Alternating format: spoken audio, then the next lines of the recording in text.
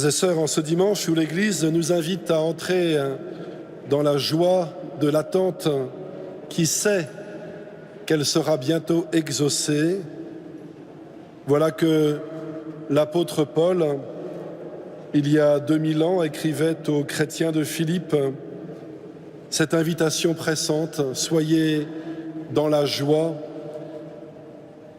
Mais comment aujourd'hui, en ce lieu, en ce temps, entendre ces paroles qui ne sont pas une injonction?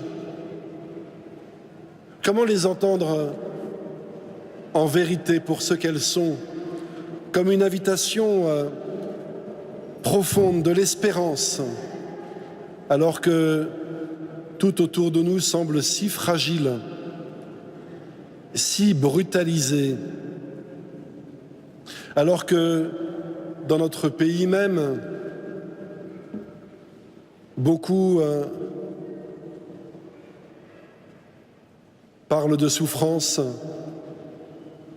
d'abandon, de révolte. Comment être joyeux, tout simplement? C'est ce que me demandaient hier des paroissiens d'une église de Paris rencontrés pour un temps de prière. Comment être joyeux aujourd'hui, alors qu'autour de nous, tout est si grave, si lourd, si inquiétant?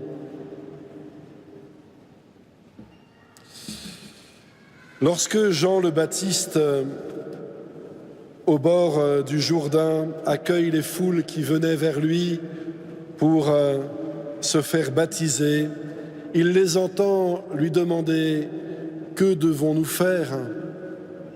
Que devons-nous faire ?»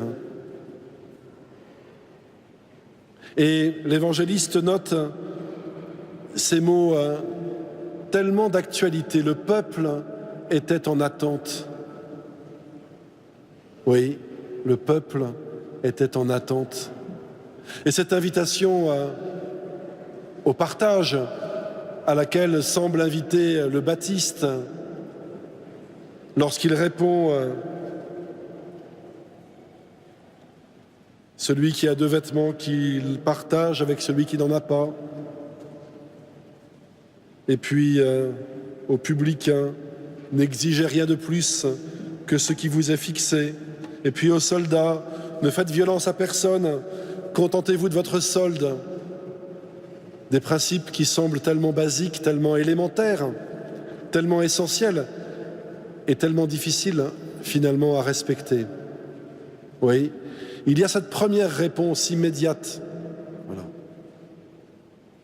Essayez de faire ce qui est juste. Vivez en homme et en femme justes. Ne volez pas. Ne mentez pas. Ne soyez pas habités par la convoitise.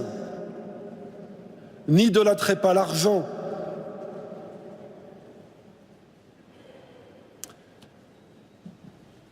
Et ces phrases-là, ces injonctions, ces invitations, notre monde a besoin qu'elles lui soient rappelées.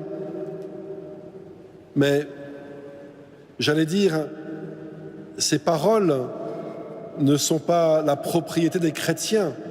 Elles sont dissibles et audibles par toute personne de bonne volonté. Mais vous, qui êtes baptisés, vous qui avez reçu l'Esprit Saint, vous qui avez, comme le dit l'Évangile, été baptisés dans l'Esprit Saint et le feu, vous avez reçu en vous cette présence divine qui fait de vous des porteurs de Dieu pour le monde. Nous devons nous baptiser dans ce monde si compliqué, si lourd, si agité, si inquiétant parfois, ne pas avoir peur de nous faire brûler par l'Esprit Saint au plus profond de nous, qu'il vienne brûler la paille de nos vies pour faire ressortir ce qu'il y a de plus précieux, c'est-à-dire l'amour, comme l'or dont on élimine les scories, en le passant sur le feu.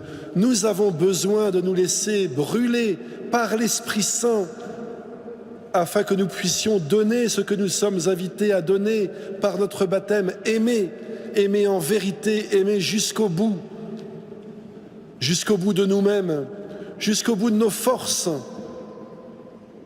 parce que nous savons que nos forces, précisément, elles sont sans cesse alimentées par cet Esprit Saint, qui est l'esprit de celui dont Jean-Baptiste nous dit « Il est plus fort que moi ». Oui, le Christ, il est plus fort que nous et il nous donne sa force pour que nous n'ayons pas peur de nous laisser brûler par l'Esprit afin d'aimer et d'aimer toujours davantage, afin que nous ne soyons plus les commentateurs de notre monde, mais les acteurs. Nous pouvons commenter à longueur de journée, à longueur de soirée ce qui se passe dans notre pays, les manifestations, les troubles sociaux, les inégalités. Nous pouvons avoir des avis, certes excellents, sur ce qu'il faudrait faire pour diriger ce pays ou pour vaincre toutes les injustices. Mais nos avis n'ont aucune importance, nos conversations n'ont aucun intérêt si nos actes ne suivent pas. Nous ne pouvons pas juger le monde d'un piédestal. Nous devons être dans le monde, brûlés par l'Esprit Saint, porteurs de cette présence, de cet amour. Il faudrait que, lorsque nous communions au corps du Christ, chaque dimanche, lorsque nous goûtons à sa parole, jour après jour, nous puissions y puiser une nourriture qui nous donne la force, le courage d'aller vers nos frères, pour écouter comme nos évêques nous y encouragent, pour les écouter, pour les entendre, pour les aider, pour les aimer. Le monde attend ce témoignage. Et il est là, le secret de la vraie joie, non pas dans l'hystérie et dans les lampions, non pas dans les cris et dans les danses, mais dans cette certitude intérieure d'une mission que Dieu nous donne, d'aller le porter au monde.